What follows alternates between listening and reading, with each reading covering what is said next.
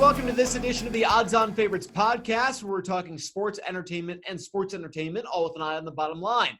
I'm Drew Goldfarb, joined by Rick Rockwell and Taylor Smith, but you might as well call us all Jerry Maguire because it is time for Show Me the Money Lines, where we take a look at some of the weekend's NFL money lines and give you our betting picks. We begin on Sunday afternoon, where the Baltimore Ravens meet the Kansas City Chiefs in a battle of the unbeatens. Rick, which team comes away with a win in this contest? You know, I'll keep it short and sweet. It's going to be the Chiefs at home. I like what Baltimore's done so far, but come on now. They've done it against the Dolphins and the Cardinals. It's not like they've beat teams that are even going to be close to having a 500 record, let alone a winning team. I like the Chiefs here at home, even though there is one concern, though. You know, they might beat down LaShawn McCoy and Damian Williams. They're both suffering injuries and not practicing much this week. So that could change the outcome of the game. And the Chiefs defense, you know, to me, they're still up and down. That first half against the Raiders, or at least the first quarter, they look like the Chiefs defense from last year. They were able to play better the rest of the game. Baltimore comes in with a smash mouth offense. I'd like to see how Kansas City's defense responds to that.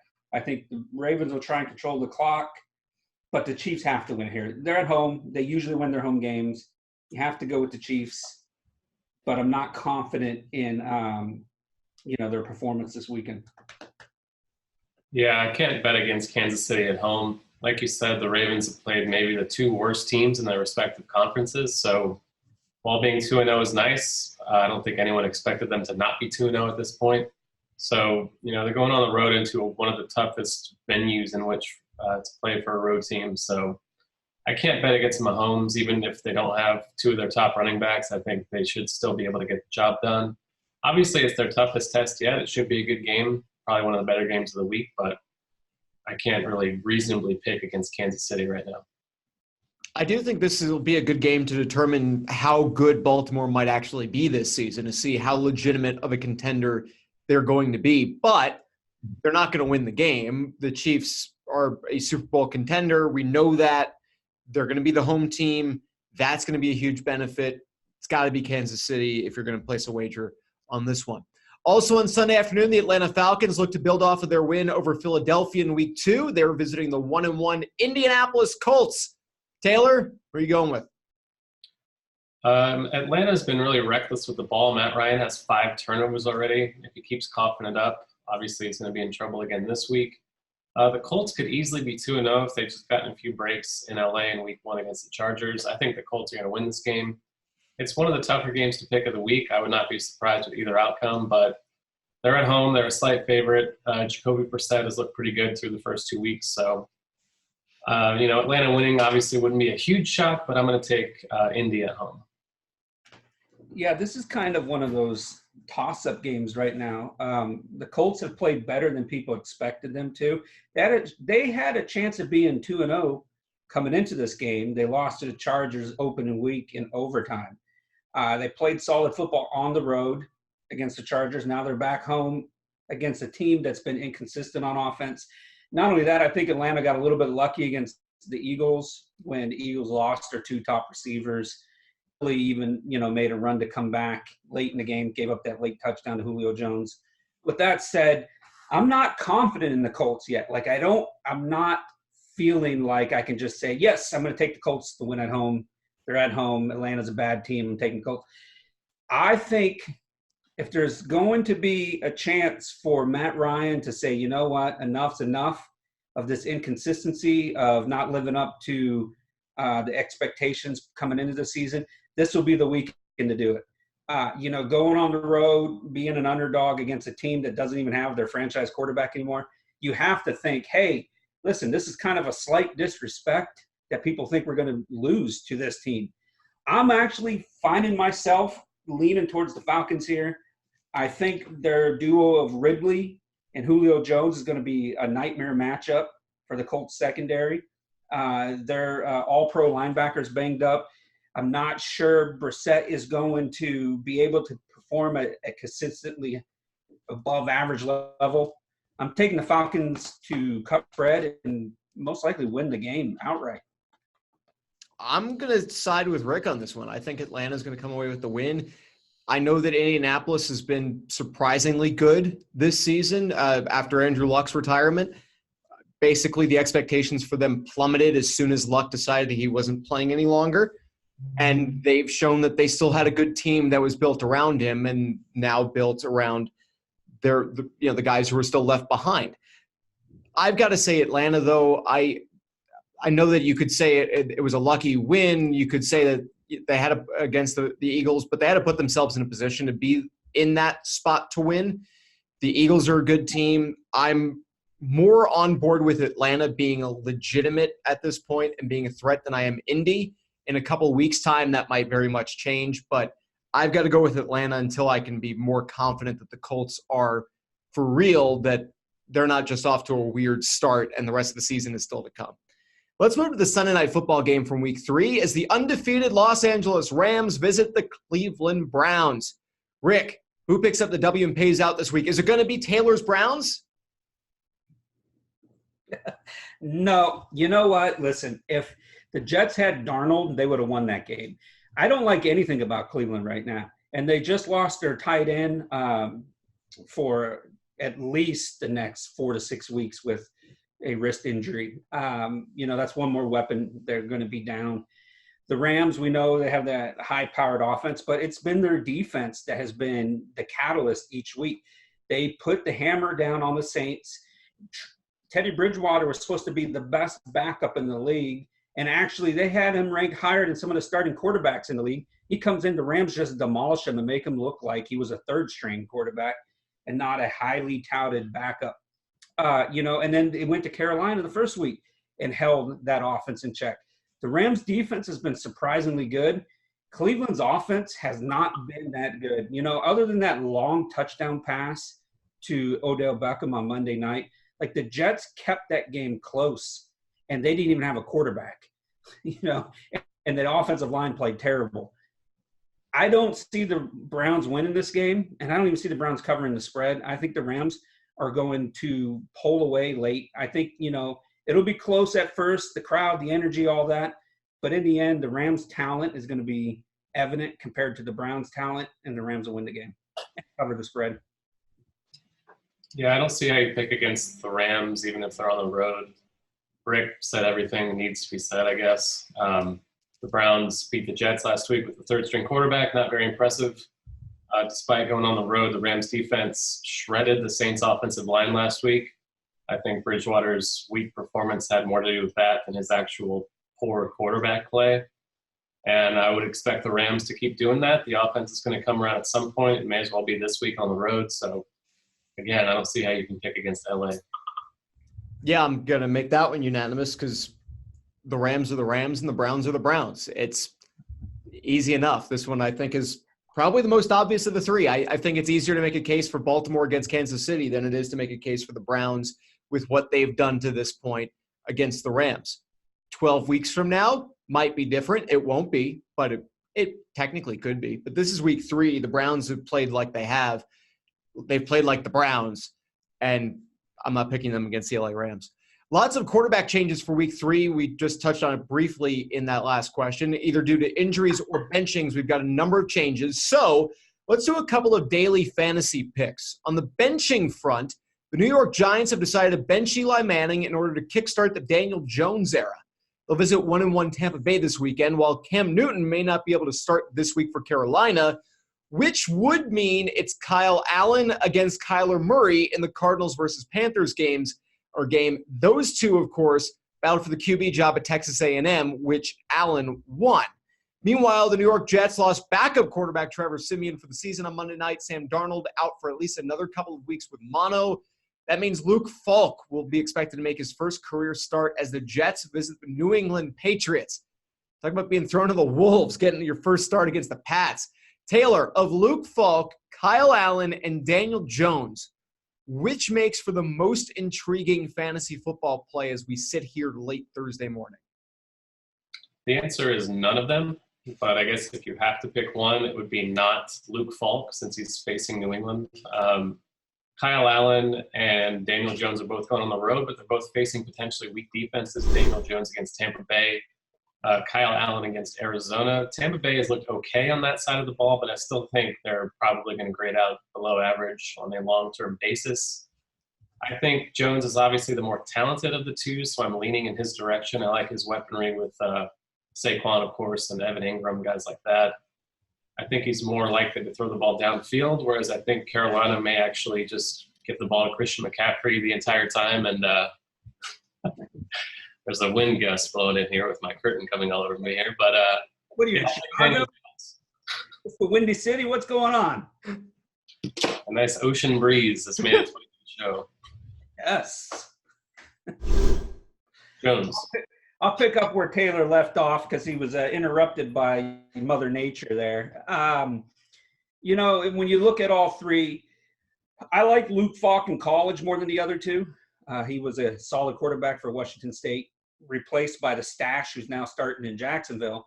With that said, in the preseason, Daniel Jones looked the best out of all of them. Allen did not look good, and there was even some question marks whether or not he was going to be the backup quarterback in Carolina.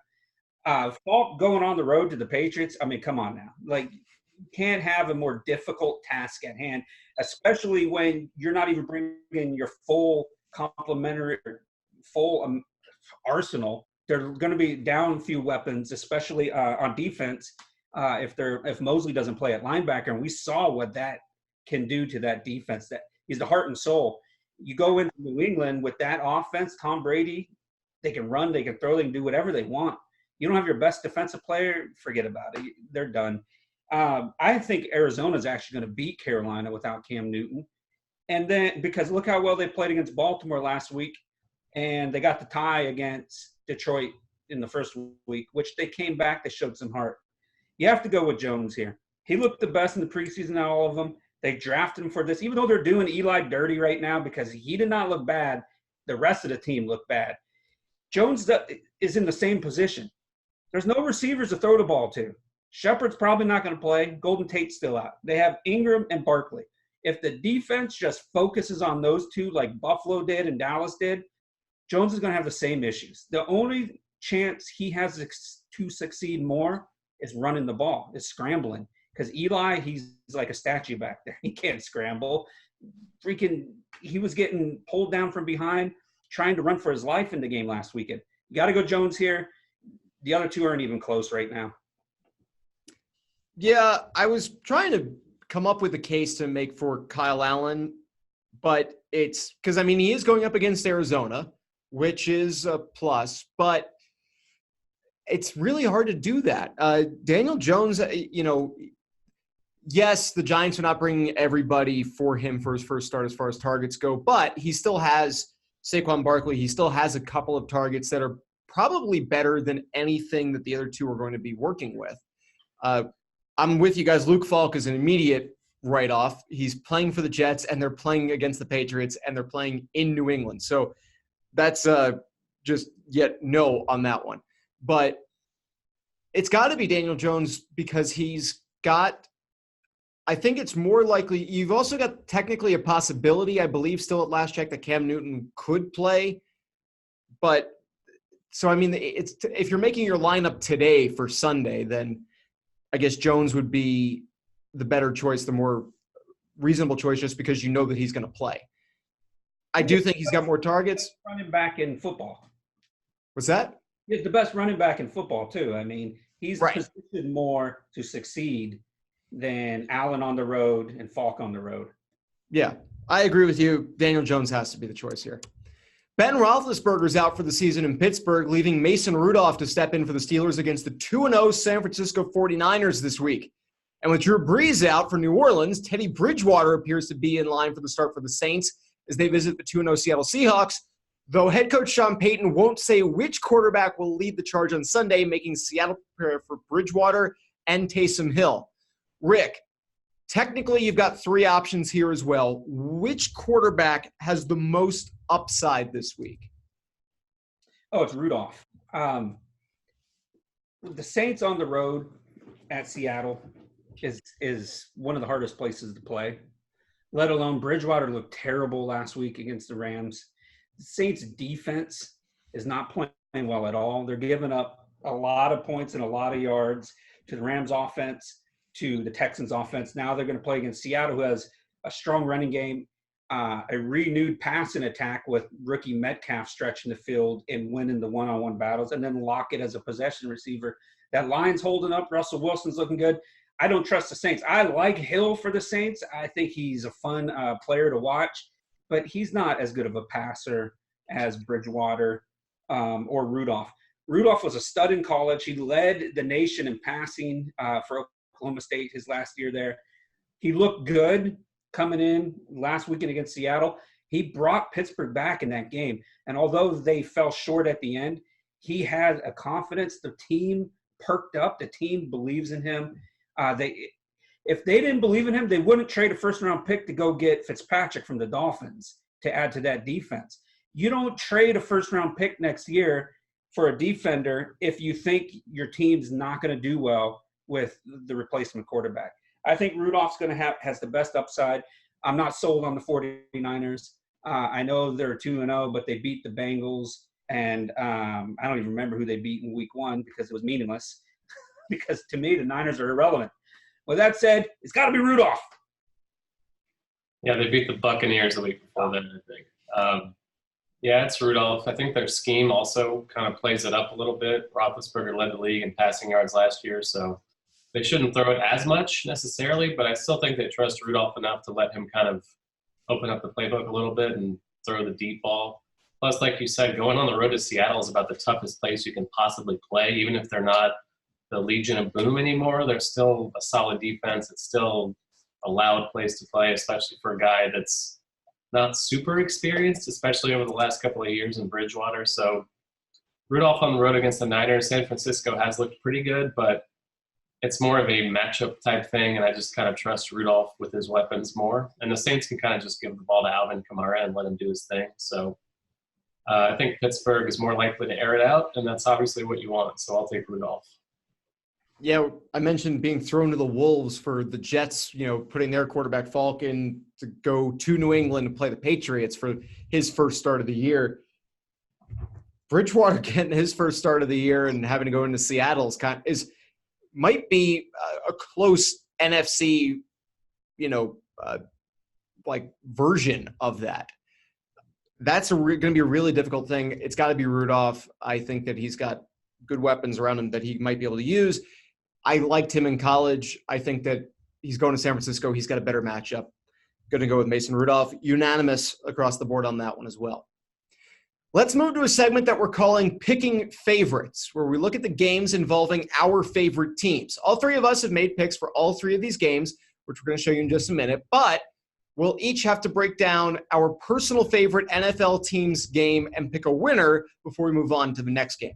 For me, that's the Miami Dolphins, and they're once again major underdogs, 21.5 points this week as they visit the 2-0 Dallas Cowboys. That last part, the 2-0 Dallas Cowboys, kind of irrelevant here. The Dolphins, I said a week ago when they were something like 18 or 19-point underdogs at home against New England, I said I'd give up 24, 28 points. If the house is willing to give you better odds, better payout on that, do it. I wouldn't go quite that high this week, but I would still take the Cowboys minus 21.5. I still think that the Dolphins are going to lose by probably 4 scores, maybe 4 touchdowns, but I'd say probably 24 to 25 probably 24.5 would be a line that might frighten me a little bit. 23.5 would be cool with me. The Dolphins are terrible. They're not beating Dallas, especially not in Dallas. They were outscored 110 to -5 in their first 2 home games. They're not going to score more points than that when they go to Jerry World in Dallas. Taylor's favorite team also playing in the state of Texas. That's the Houston Texans. They are the underdogs on Sundays. They visit the LA Chargers. Both favored by 3.5 points for this one, with both teams sitting at 1-1. Taylor, break it down for us and give us your pick. I think this is a pretty evenly matched game. Both offenses look pretty decent. The Chargers haven't really missed Melvin Gordon a ton, but last week they kind of looked a little bit more shaky in Detroit. Houston can air it out as long as they can protect Deshaun Watson, which is still a big TBD at this point. He's been sacked plenty of times through the first 2 weeks. I think 8 games in a row he's been sacked at least 4 times or something like that. So they're going to have to work on protecting him. I'm not super confident they can, but I think it'll be a high-scoring game. The Chargers at home don't really have a huge home field advantage. They play in a tiny soccer stadium. I expect plenty of Texans to be making their way out here to California for that game. It's going to be loud, for both teams offensively. So not much of a home field advantage. I'm being a homer here. I think the game is a toss-up, and I'll just take the points, and I'll take the Texans to just win the game outright, I guess. Finally, for Rick, his favorite would be the 2-0 Buffalo Bills, who host the 0-2 Cincinnati Bengals on Sunday. Bills favored by 6 points in that contest. Rick, will the Bills continue to build up their fans' hopes with another win over another terrible team, or will they come back down to earth a little bit this week? Listen, the Bengals have given Buffalo fits over the last couple of years. The one receiver that Trey White has had the most difficult time guarding is A.J. Green, and guess what? He's not playing. There is no chance the Bengals have it winning this game. Their offensive line is shambles. Their defense looks poor. They can score a lot of points. However, last weekend when they're at home against the Niners, and they look like the Dolphins, for lack of better comparisons. They look bad. Now they go on the road to Buffalo. This is Buffalo's home opener on the season. Keep in mind, even though they beat the Giants and Jets, they did both of those on the road. When they were an underdog to the Jets in the first week, and everybody picked the Jets, except for me and the diehard Bills fans, picked the Jets to win. They went in there and smashed the Jets in the face. So let's not discount that. Now they go home. They might not have Singletary. He's got a bum hamstring, but that's okay. They still got Frank Gore. They still got T.J. Yeldon. Josh Allen really improved from the first week to the second week. That defense is just getting going. It's like a big steam engine. It just takes a little time to get going, get warmed up, and once it does, they plow right through you. I don't see the Bengals having any chance of even covering that spread. I think Buffalo's going to win double digits. I said before the season started they were going to start off 3-0 because I didn't think either of those three teams could beat Buffalo. I still don't think the Bengals have any shot. I'm taking my Bills at home. I think they're going to win, 27-13.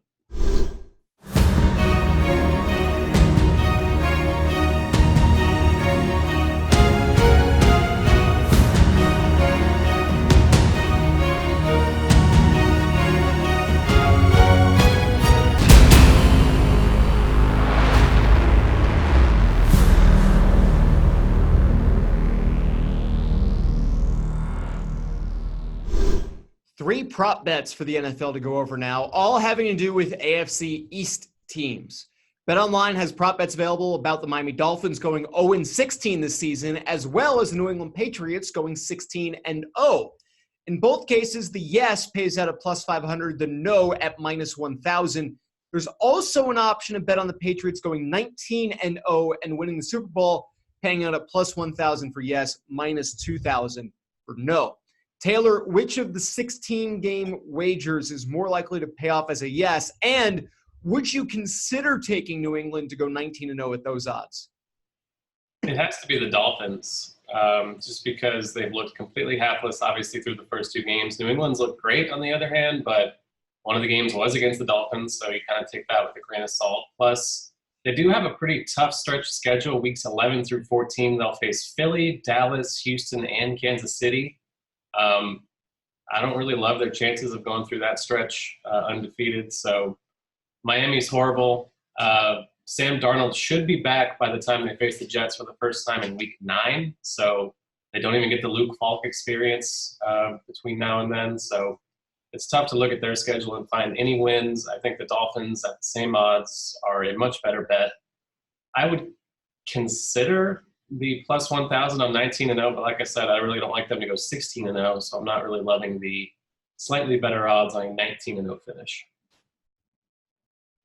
I acknowledge your argument. I think you have valid points, but I'm leaning towards the Patriots going 16-0. Philly is inconsistent. New England has showed that their defense is better than what people thought they were going to be. What they did in week 1 against Pittsburgh, they flat out embarrassed them.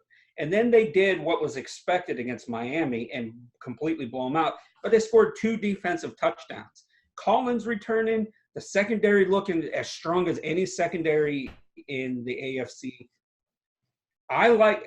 This is why I can't go with the Dolphins to go win this, even though I think there's a good chance because they're just not good. And I'm sorry, Drew. It pains me to say that while you're watching. If you weren't here, I would say it all day long, no problem. But Sure. the Dolphins play the Jets twice, they play the Giants, and they play Washington.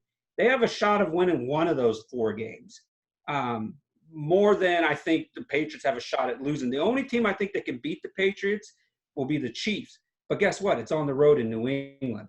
They always seem to get the most difficult regular season games at home, and that gives them that slight advantage, that slight edge.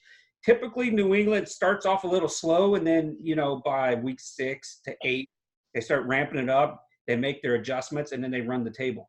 This year, they've come out of the gate looking like they're the best team, and they brought that piece of garbage, Antonio Brown, onto the team, and he just makes that offense unstoppable. You can't guard those 3 receivers one-on-one unless you have 3 elite cornerbacks. And last I checked, there's really nobody in the NFL that has 3 elite cornerbacks. Sorry. No, it's the Patriots. They have a better shot going 16-0. I won't say 19-0 because playoffs, anything can happen, especially playing the Chiefs in the playoffs. So, and who knows? Baltimore has been kryptonite for New England a couple times in the postseason. They have the defense in the running game to smash them. We'll see. But I think Patriots 16-0, slightly better chance than the Dolphins going 0-16. I don't know that either of these would happen. I don't in my heart of hearts, I don't think either will. I could see New England winning 14, maybe 15. The Dolphins I don't know where that win's going to come from, but there are so many terrible teams over the last number of years that find one. When they play the Jets twice, and they do play the Bills twice, and the Bills are not in that category by any means, but those tend to be kind of tighter games than they have any right being, regardless of which team is up and which team is down. I just feel that the Dolphins are going to sneak one in there. That said, I think it's more likely the Dolphins go winless because we have seen 0-16 teams in the last 10 years in the NFL.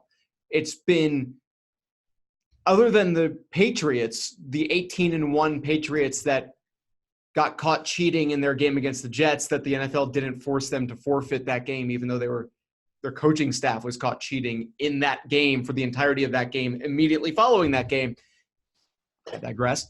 The going 16-0 in a regular season, I think, is going to be more difficult than to go 0-16. Even for as good as the Patriots are, we have seen when teams like a Detroit Lions or Cleveland Browns are truly pitiful, that going 0-16 is possible.